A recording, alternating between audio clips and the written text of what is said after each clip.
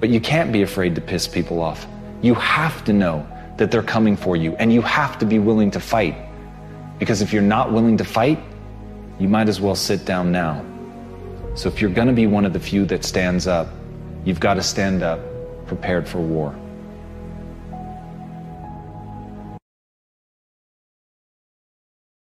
The average human being uses 5% of their brain capacity. High achievers use 20% of their brain capacity.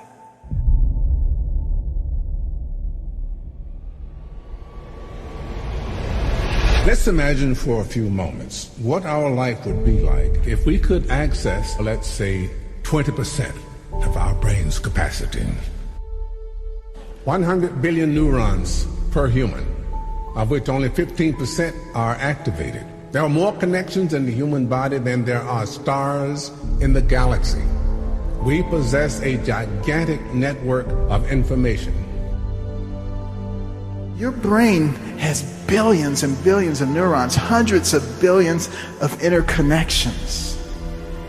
It can process more than 2 million bits of information in 1 second. It doesn't forget anything you've ever seen or anything you've ever heard, which is why it's important to make sure you don't put the wrong things in there, because they always will impact upon you, subconsciously and consciously. Well, the first thing is that everybody, and this is everybody, has the potential for genius. The human brain is far more powerful than a computer. What is your brain capable of if you actually put your mind to something? See, it took 500 years for someone to notice something hidden in plain sight. His doctor noticed the shape of the human brain. The message being that the divine gift does not come from a higher power, but from our own minds. You would be amazed at what the average brain is capable of. Now, some people say, well, I'm not good at languages, I'm not good at math, I'm not good at science. You know what? That's a bunch of hogwash. That's not true. If you have an average brain, you're good at anything. It's just a matter of programming the brain correctly. Most people think it's pretty easy to read. Why? Because they know all 26 letters of the alphabet. What if you only knew 21 letters of the alphabet? What could you read? Not very much. Well, math and science are exactly the same way. If you're missing elements, it all becomes very confusing. But if you go back and you fill them in, it becomes very easy. And just about everything is easy if you're willing to put the work into it. Everybody can remember things that they want to remember, and things that they don't want to remember, they can't remember. Have you noticed that? And anybody can always find time for something that they want to do. But if they don't want to do it, they can find 5,000 reasons why they shouldn't do it. And that's the way it is when it comes to preparing yourself, particularly in an area like medicine, technological areas. You just have to be willing to do it. It's not going to come automatically. It doesn't come by osmosis. You have to actually work for it to make it work. The average human being uses 5% of their brain capacity. High achievers use 20% of their brain capacity. Olympic gold medalists use 40% of their brain capacity. Because mastery is the highest form of intelligence.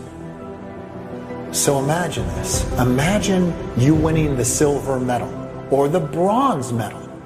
Those people who win those medals are using 20% of their brain capacity. That's a lot. They're accessing a lot. But the person standing on top of the podium, on top of the box, with the gold medal around their neck, is using 20% more than they're using of their brain capacity. A new type of thinking is essential if mankind is to survive and move toward higher levels. Albert Einstein said that more than 50 years ago. And it couldn't be more relevant than it is today. There's a theory that there's a little Rain Man in everyone. And if there's a way of unlocking that part of the brain, that we could all, to some extent at least, have an experience of what it's like to be me, to be someone like Stephen Wiltshire. The second step is a very simple one. It's you decide that you're going to make your brain your hobby. Now, as soon as you do that, your brain is like a young child.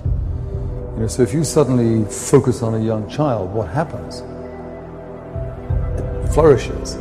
Same with the brain. So the minute you make it your hobby, the minute you scan the web, the minute you go into libraries, the minute you attend courses, the minute you read books on it, your brain will reward you in ways which even you now wouldn't even believe would be so. There's a part of your brain called the reticular activating system. For short, we call it the RAS. That part of your brain determines what you notice in the world. And it's really important because when you set a goal, when you get really clear on a vision, there's strong enough reasons, and you review it enough, and it becomes a part of you, that part of your brain says, anything that relates to this, I need to notice. Our perception of reality has less to do with what's happening out there and more to do with what's happening in here. If you're going to change an area, you do three things. Number one, you focus on it and you get clear and compelling vision for what you want. You see, if you focus on crashing into the pole, trying not to, the more you try not to, what you focus on, that's where the energy goes, that's where you go. If your only reason you're focusing on it is like, well, I need to lose some weight because I feel fat, versus I want the energy to burn because with that I'll have more passion, more aliveness, I'll be able to impact my children. Get focused and clear. What's compelling? Where are you? Really? And don't lie. Where do you want to be? And make it so compelling you can't help it. When you wake up in the morning, you want to transform this area of life. We now realize that daydreaming can break you or make you. The great geniuses did something different. They daydreamed big. They had a big vision. Thomas Edison, for example, his daydream wasn't to invent the light bulb. His daydream was to light the planet Earth at night. That was his daydream. So the difference between the kind of waste of time daydreaming and the genius daydreaming, the brilliant daydreaming, which everyone can do. They say, wouldn't it be great to light the planet at night? How are we going to do that?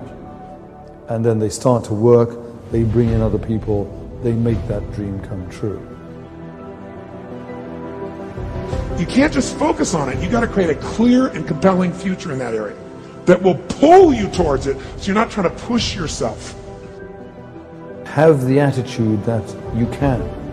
Believe that your brain can. And then daydream whatever you want to come true, and then work to make it come true. That's brilliance. And anyone can do it.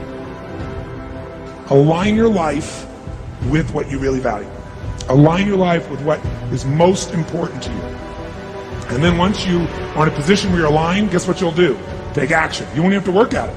When everything's in alignment, there's nothing pulling you away, boom, you go for it. Every day is another opportunity to change your life.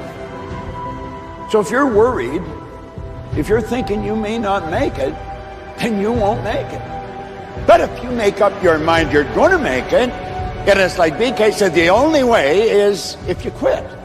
Just make up your mind you won't quit. Brilliance is a potential for everybody.